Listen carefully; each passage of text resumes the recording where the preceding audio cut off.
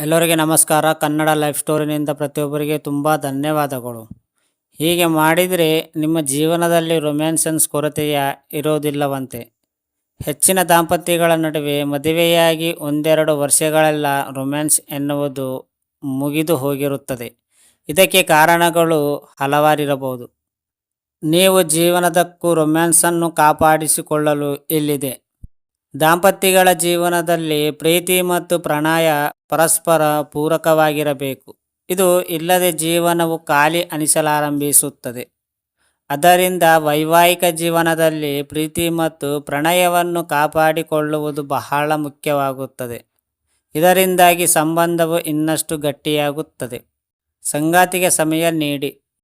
ಇಂದಿನ ಬಿಡುವಿಲ್ಲದ ಲೈಫ್ ಶೆಡ್ಯೂಲ್ನಲ್ಲಿ ಒಬ್ಬ ವ್ಯಕ್ತಿಗೆ ತನ್ನ ಸ್ವಂತ ಕೆಲಸಗಳನ್ನು ಪೂರ್ಣಗೊಳಿಸಲು ಸಮಯವಿಲ್ಲ. ಅದರಿಂದ ಸಂಗಾತಿಗೆ ಸರಿಯಾಗಿ ಸಮಯ ನೀಡಲು ಸಾಧ್ಯವಾಗುತ್ತಿಲ್ಲ.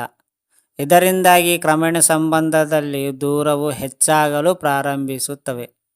ಅದರಿಂದ ಕೆಲಸದ ಜವಾಬ್ದಾರಿಗಳು ನಿಮಗೆ ಎಷ್ಟೇ ಹೊರೆಯಾಗಿದ್ದರೂ ನಿಮ್ಮ ಸಂಗಾತಿಗೆ ಸಮಯವನ್ನು ನೀಡಿ.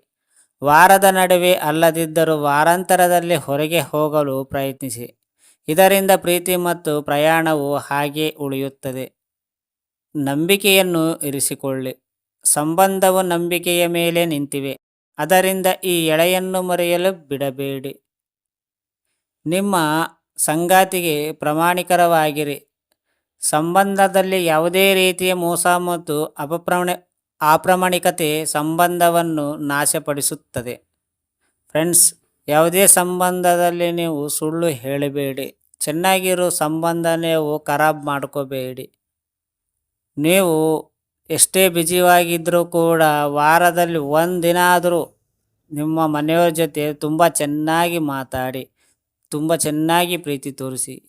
ಯಾಕಪ್ಪ ಅಂತಂದರೆ ನೀವು ಕೆಲಸನಲ್ಲಿ ಬ್ಯುಸಿಯಾಗಿದ್ದರೆ ನಿಮ್ಮ ಮನೆಯವರು ಪ್ರೀತಿ ಕಡಿಮೆಯಾಗಿ ಬೇರೆಯವ್ರ ಹತ್ರ ಹೋಗಿರುತ್ತದೆ. ಅದು ನೀವು ಫಸ್ಟು ಜವಾಬ್ದಾರಿಯಾಗಿ ನೋಡಿಕೊಳ್ಳಿ. ಯಾಕಪ್ಪ ಅಂತಂದರೆ ಈಗಿನ ಜನ್ರೇಷನ್ನಲ್ಲಿ ನೀವು ತುಂಬ ಜಾಗದಲ್ಲಿ ನೋಡಿರುತ್ತೀರ. ನಾವು ಕೇರ್ ಮಾಡಿಲ್ಲ ಅಂತಂದರೆ ಅವ್ರ ಕೇರ್ನೆಸ್ ಬೇರೆಯವ್ರ ಹತ್ರ ಹೋಗುತ್ತದೆ. ಹಾಗೆ ಮಾಡಿಕೊಳ್ಳಬೇಡಿ. ಹೋಗಿದ ಮೇಲೆ ನೀವು ಏನೂ ಮಾಡೋಕ್ಕೆ ಆಗೋದಿಲ್ಲ.